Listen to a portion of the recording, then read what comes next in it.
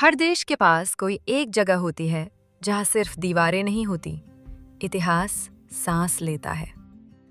दिल्ली के बीचों बीच खड़ा ये लाल रंग का किला सिर्फ ईंट और पत्थर नहीं है। ये गवाह है बादशाहों की शान का, गुलामी की बेड़ियों का और आज़ादी की पहली सांस का। आज हम उस किले की कहानी सुनेंगे जिसने सल्तनत देखी, अपमान झेला और फिर तिरंगा उठते देखा। ये कहानी है लाल किले की। लाल किला, जिसे अंग्रेजी में रेड फोर्ट कहा जाता है, दिल्ली के पुराने शहर शाहजहानाबाद में स्थित है।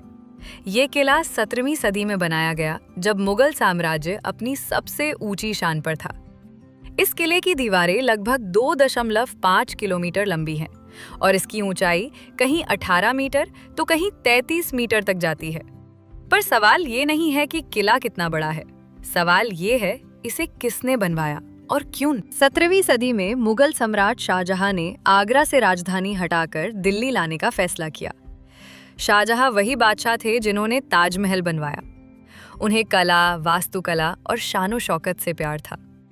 उन्होंने एक नई राजधानी बसाई, शाहजहानाबाद, और उसी का दिल बनाया गया लाल किला। किले का निर्माण 1638 में शुरू हुआ और 1648 में पूरा हुआ। लगभग 10 साल और हजारों कारीगर इस किले को बनाने में लगे। लाल किला बाहर से जितना मजबूत है, अंदर से उतना ही खूबसूरत। यहाँ थे दीवाने आम, जहाँ जनता की सुनवाई होती थी, दीवाने खास, जहाँ राजकीय फैसले होते थे, रंग महल, खास महल, नहरे बहिश्त, स्वर्ग की नहर। दीवाने खास में लिखा था, अगर धरती पर कहीं स्वर्ग है तो यही है, यही है, यही है।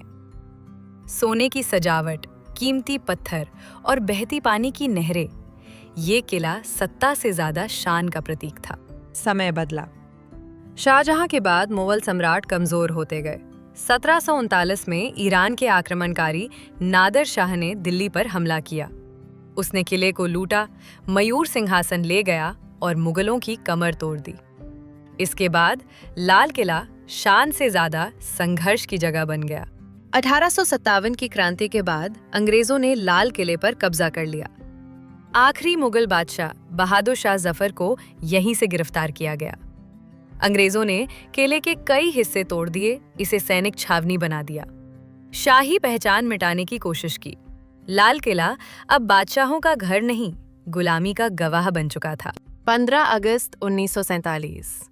सदियों की गुलामी के बाद भारत आजाद हुआ और उसी लाल किले से भारत के पहले प्रधानमंत्री जवाहरलाल नेहरू ने आजादी का ऐलान किया। लाल किला जहां कभी मुगल हुकूमत थी, जहां अंग्रेजों का शासन था, वही पहली बार तिरंगा लहराया गया। तब से हर साल 15 अगस्त को यहीं से प्रधानमंत्री देश को संबोधित करते हैं। आज लाल किला एक ऐतिहासिक धरोहर है, यूनेस्को वर्ल्ड हेरिटेज साइट है और भारत की पहचान का प्रतीक है। ये किला हमें याद दिलाता है कि सत्ता आती जाती रहती है, पर इतिहास हमेशा खड़ा रहता है। लाल किला सिर्फ अतीत की कहानी नहीं है, ये चेतावनी है और प्रेरणा भी। चेतावनी कि कोई भी ताकत स्थायी नहीं, प्रेरणा कि गुलामी चाहे कितनी भी लंबी हो, आजादी जरूर आती है। यही है लाल किले की असली कहानी।